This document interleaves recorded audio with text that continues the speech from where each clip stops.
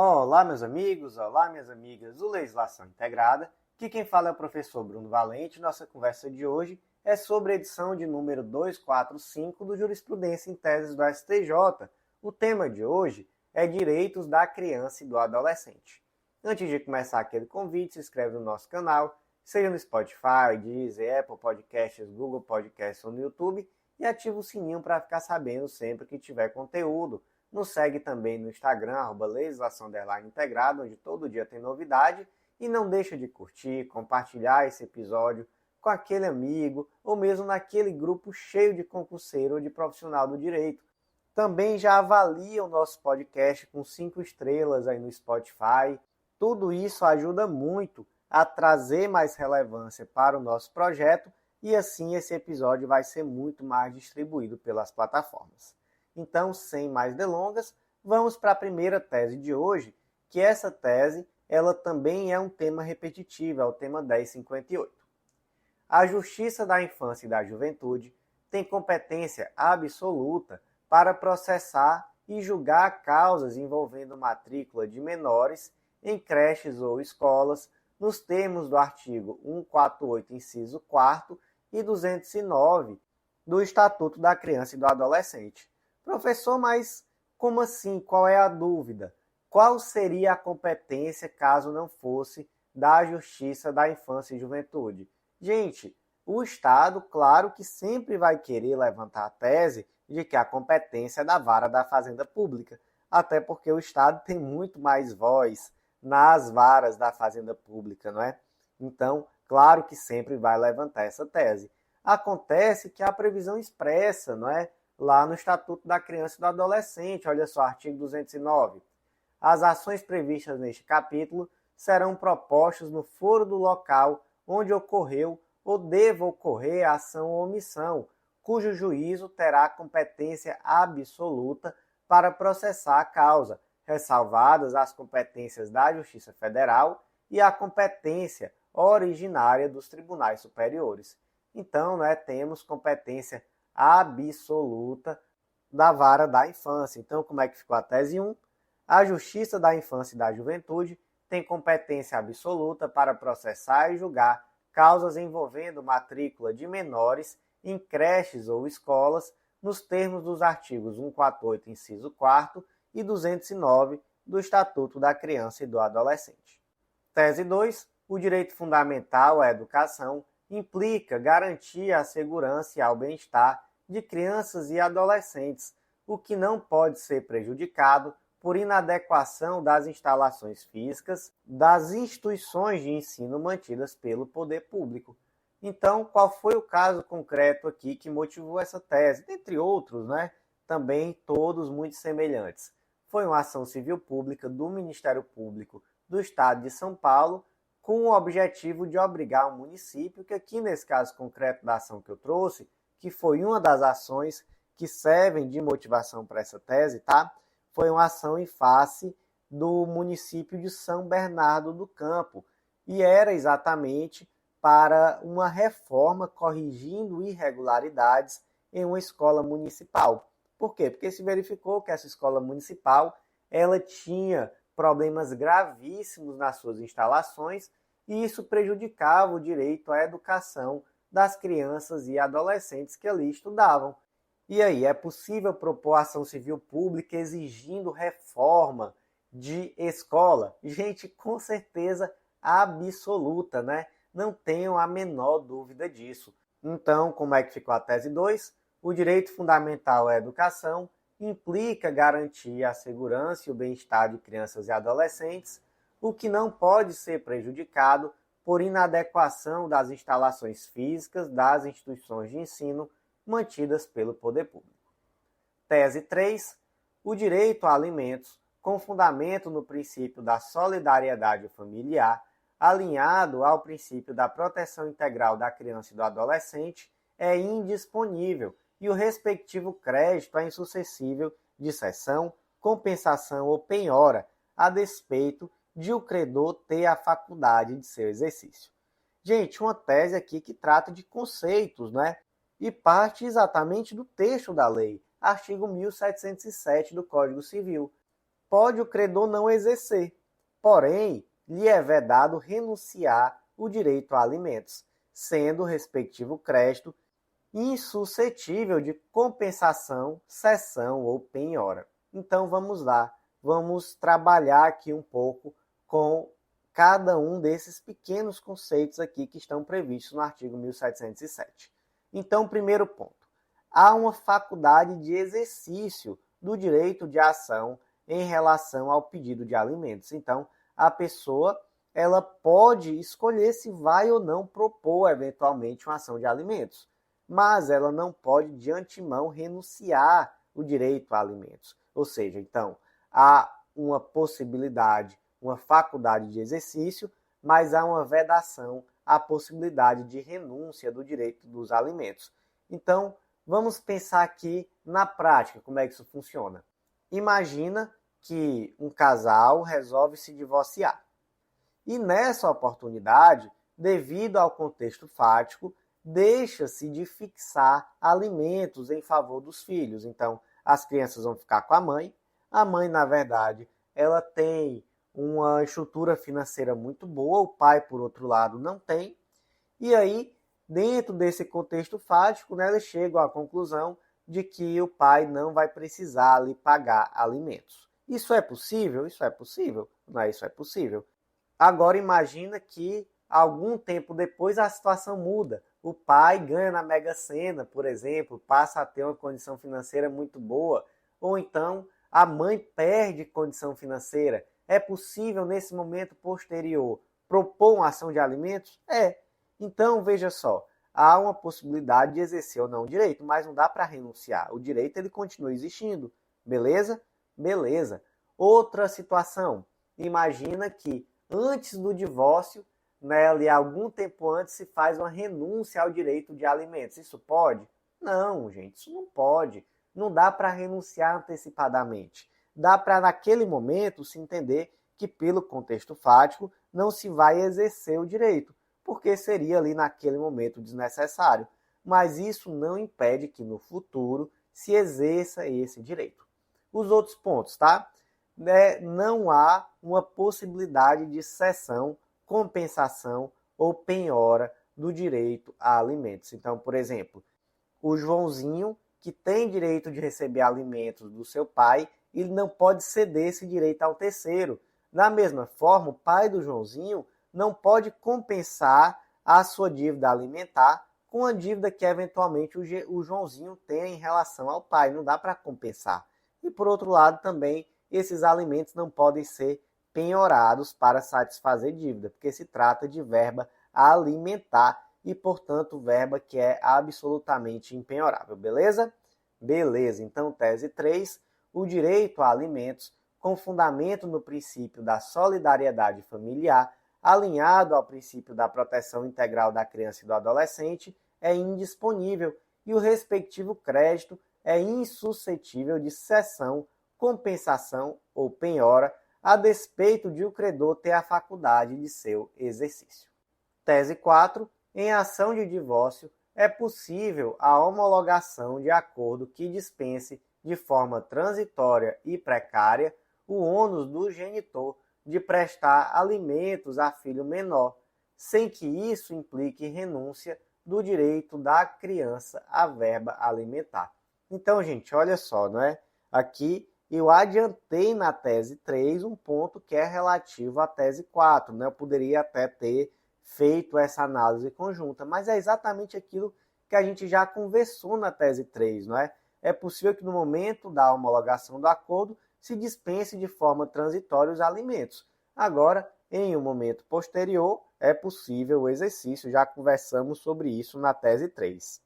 Então, tese 4, em ação de divórcio, é possível a homologação de acordo que dispense, de forma transitória e precária, o ônus do genitor de prestar alimentos a filho menor, sem que isso implique renúncia do direito da criança à verba alimentar.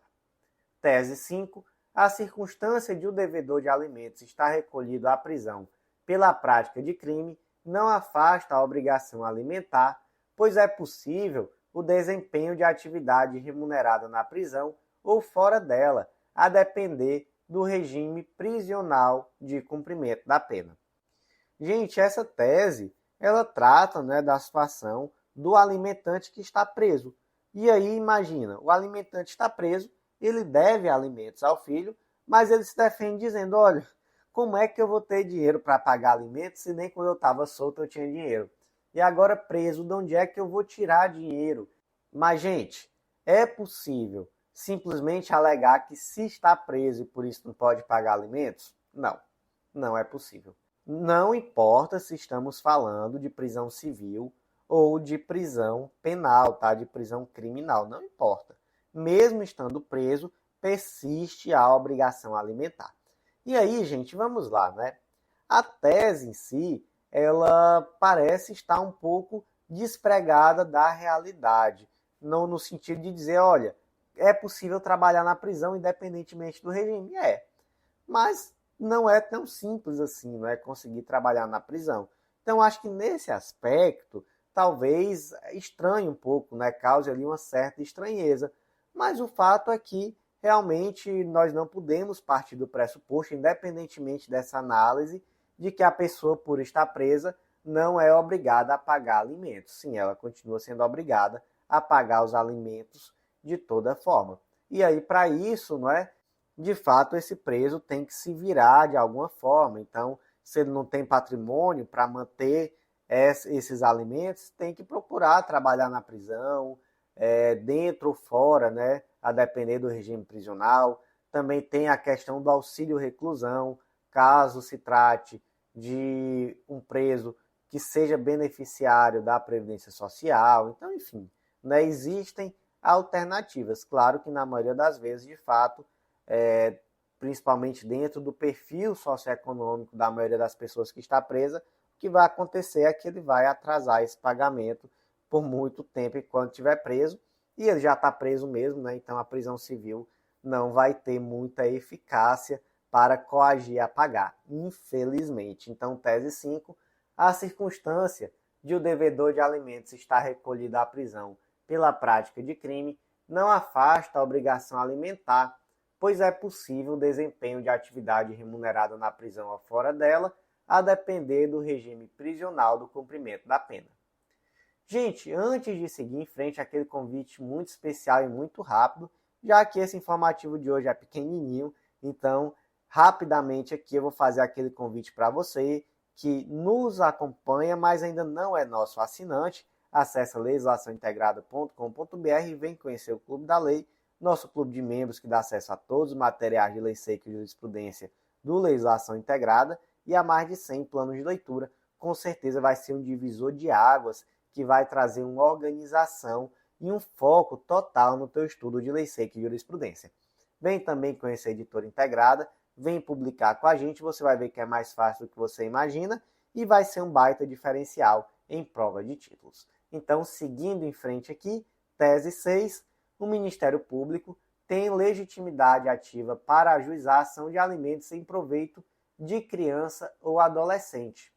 A legitimidade do Ministério Público independe do exercício do poder familiar dos pais ou de um menor se encontrar em situação de risco, conforme o artigo 98 do ECA, ou de quaisquer outros questionamentos acerca da existência ou eficiência da Defensoria Pública na comarca.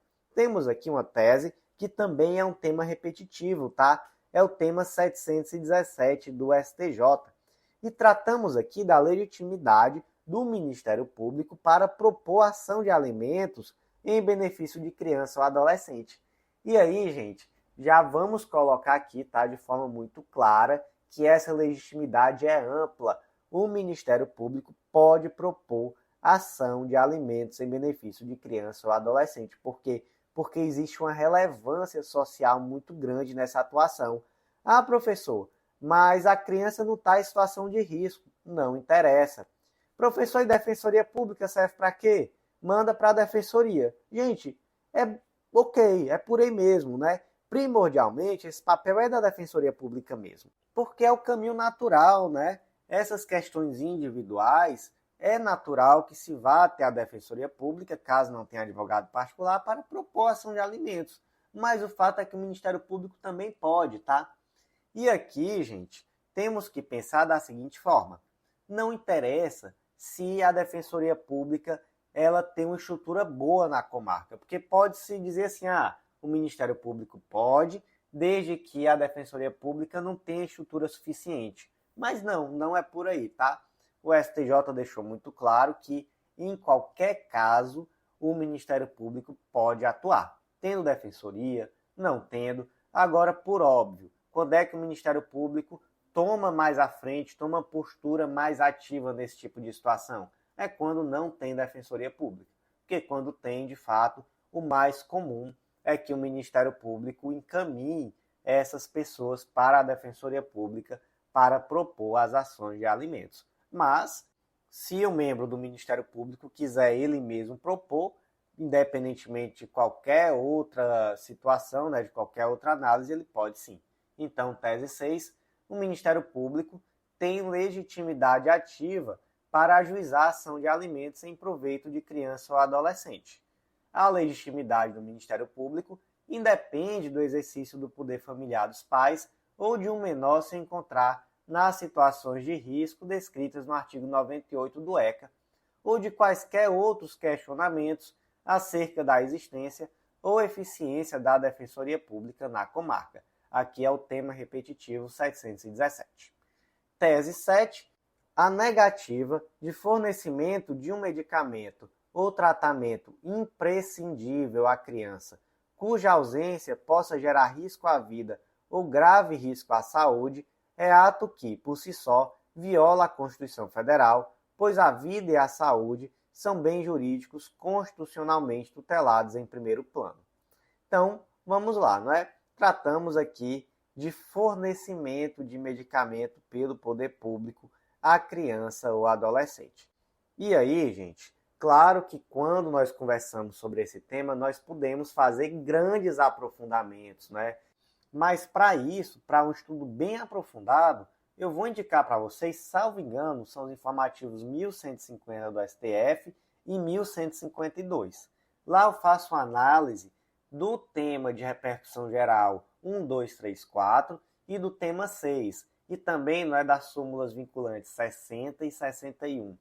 Essas teses e essas súmulas vinculantes vão destrinchar a questão do fornecimento de medicamento pelo poder público. Então vão até lá e aprofundem, porque se eu for comentar só essas duas teses aqui, dá 3 vezes o tamanho que vai ser esse podcast completo, porque é um aprofundamento muito grande e muito necessário. E também a tese 7, ela não trata necessariamente disso, não é? Ela não aprofunda, ela simplesmente traz essa situação do fornecimento de medicação ou tratamento para criança e adolescente, deixando claro, olha, criança e adolescente têm absoluta prioridade. Então, se é necessário fornecer aquele tratamento ou aquele medicamento que é indispensável para a vida de qualquer pessoa, imagine para uma criança ou adolescente.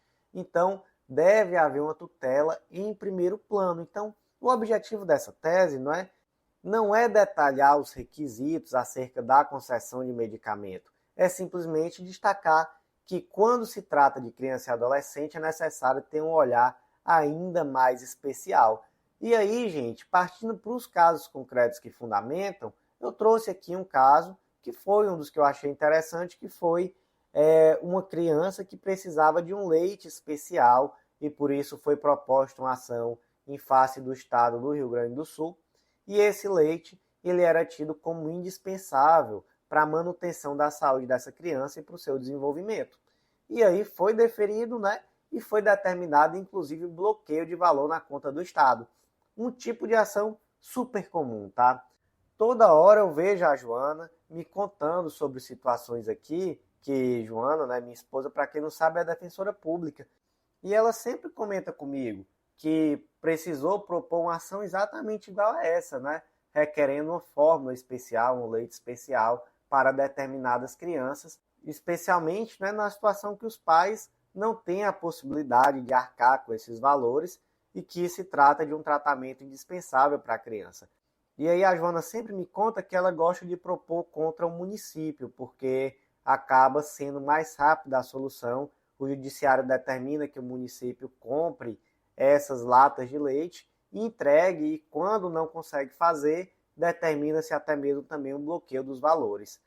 Então, tese 7, a negativa de fornecimento de um medicamento ou tratamento imprescindível à criança, cuja ausência possa gerar risco à vida ou grave risco à saúde, é ato que, por si só, viola a Constituição Federal, pois a vida e a saúde são bens jurídicos constitucionalmente tutelados em primeiro plano. E vamos lá para a última tese do dia, tese 8. Os estatutos da criança e do adolescente e da pessoa com deficiência asseguram aos seus tutelados o direito de serem acompanhados pelos pais ou responsáveis em tempo integral durante tratamento médico hospitalar. Porém, se comprovado prejuízo à preservação do melhor interesse da criança, é possível a restrição desse direito. Então, olha só, nós temos uma previsão específica no Estatuto da Criança e do Adolescente e também lá no Estatuto da Pessoa com Deficiência, que diz, olha só, vamos ler no Estatuto da Criança e do Adolescente, artigo 12. Os estabelecimentos de atendimento à saúde, inclusive as unidades neonatais, de terapia intensiva e de cuidados intermediários, deverão proporcionar condições para a permanência em tempo integral de um dos pais ou responsável no caso de internação de criança e adolescente. Então, o primeiro ponto é esse, tá? É um pai ou responsável, é uma pessoa. Mas há esse direito de ficar sempre uma pessoa ali do lado dessa criança ou adolescente para que possa prestar ali os cuidados necessários. Agora, gente, vamos lá, né? Isso aqui tem que ser visto também sob uma ótica do melhor interesse da criança. Então, em determinadas situações se houver risco à saúde, é possível, né, muito excepcionalmente, se afastar esse direito de forma transitória. E essa tese, ela está fundamentada especialmente em um caso concreto que saiu em informativo. Eu lembro muito bem de comentar esse caso concreto no nosso material, que foi lá de 2021. Eu não estou com o número do informativo aqui. Mas, basicamente, o que aconteceu nessa situação? Era uma criança de 5 anos de idade. Ela tinha paralisia cerebral devido à prematuridade extrema e uma malformação no sistema nervoso central. E aí, essa criança, ela estava em processo de adoção pelos tios maternos que detêm a sua guarda provisória. E desde maio de 2020, né, eu trouxe aqui os detalhes todos, tá? Porque eu lembro muito bem desse caso. Essa criança estava internada em UTI e, basicamente, a guardiã dele, que era a tia, ela ficava a todo momento realizando intervenções desautorizadas que colocavam em risco essa criança. E, além disso, ela acabava desautorizando os médicos, intimidando, ameaçando. Enfim, era uma situação assim que beirava o absurdo. E ela chegava, isso daqui constou na decisão, a ligar 30 vezes por dia para obter informações sobre o estado de saúde da criança. Então, assim, por mais que nós tenhamos que entender, não é que ela, na condição de guardiã, estava extremamente preocupada e acabava ali se excedendo em alguns momentos, que eu acho que nós temos que ter uma certa compreensão e humanidade, não é? Que a pessoa que está com um filho, com um parente ali internado, um pai, acaba ficando à flor da pele e às vezes passando um pouco do limite. Isso pode acontecer, não é? Mas se isso começa a representar um risco à saúde daquela pessoa que está internada, aí realmente é possível você não permitir que essa pessoa que está colocando a pessoa internada em risco e continue com as visitas e continue a frequentar o hospital. Com certeza, não é? E aí, no caso de ser uma criança ou adolescente, existe esse direito, né, da criança e adolescente ter uma pessoa sempre ali acompanhando. Mas mesmo assim, em uma situação super excepcional como foi essa daqui, é permitido ao hospital limitar o ingresso desse acompanhante e dizer, olha, pode ter um acompanhante, mas você infelizmente está tendo uma postura que está prejudicando o tratamento dessa criança e por isso é necessário que vocês indiquem outra pessoa. Então isso é possível do hospital fazer, tá? Mas isso é uma coisa muito excepcional e realmente foi um caso concreto que você percebe que na decisão, mesmo sendo a decisão do STJ, né, então a decisão que tende a não reanalisar assim, tão profundamente questões fáticas, até por conta da súmula 7, mas mesmo assim a gente percebe que na própria ementa e no próprio inteiro teor do acórdão, os ministros adentraram em diversas peculiaridades do caso concreto, porque realmente é algo muito sério, né? E para afastar um direito como esse da criança, ter o seu guardião ali ao seu lado durante a internação, é necessário um ônus argumentativo muito forte. E aí eu penso que nesse caso concreto, todo o judiciário, né, inclusive o STJ, se desincumbiu muito bem desse ônus, porque realmente parece que havia ali um risco à criança mesmo. Então vamos lá, tese 8. Os estatutos da criança e do adolescente da pessoa com deficiência asseguram aos seus tutelados o direito de serem acompanhados pelos pais ou responsáveis em tempo integral durante tratamento médico hospitalar. Porém, se comprovado o prejuízo à preservação do melhor interesse, é possível a restrição desse direito. Meus amigos, por hoje foi isso. Informativo até que curtinho, né? Deu aqui 26 minutos, mas eu agradeço muito a você que ouviu até o final. Espero que tenha sido produtivo, que tenha sido útil para você. E se foi, deixa aquele like, não custa nada, deixa um comentáriozinho dizendo o que você achou. Gente, tudo isso ajuda muito, tudo isso é um feedback para a gente e também é engajamento. E quanto mais você engaja nesse conteúdo, mais ele vai ser distribuído e mais feliz eu vou ficar em permanecer com esse projeto.